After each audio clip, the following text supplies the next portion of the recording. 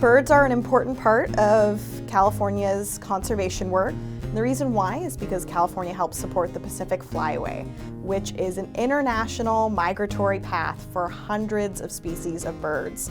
And originally, most of the Central Valley was covered in wetlands, which would serve as a stopover for a lot of those birds migrating as part of the Pacific Flyway.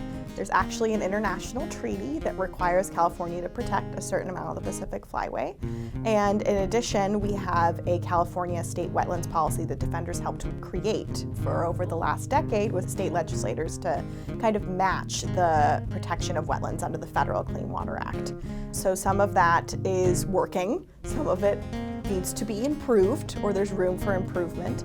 And one of the areas is that birds really do require adequate fresh water on the land to actually make that wetland habitat.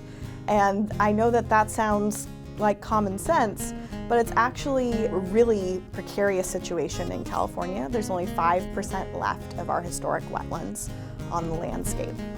One of the exciting things that Defenders is looking at too with our partners as part of the Central Valley joint venture is implementing tools that can help track birds in real time to really see what impacts the land has on not only their population, but how long they stay and where they go. We need adequate wetlands that provide enough food for the birds so that they have enough fat to then make the rest of their journey. And threats like bird flu and other diseases from overcrowding or lack of water on the landscape are real threats in California that we can help alleviate with more water and more wetlands.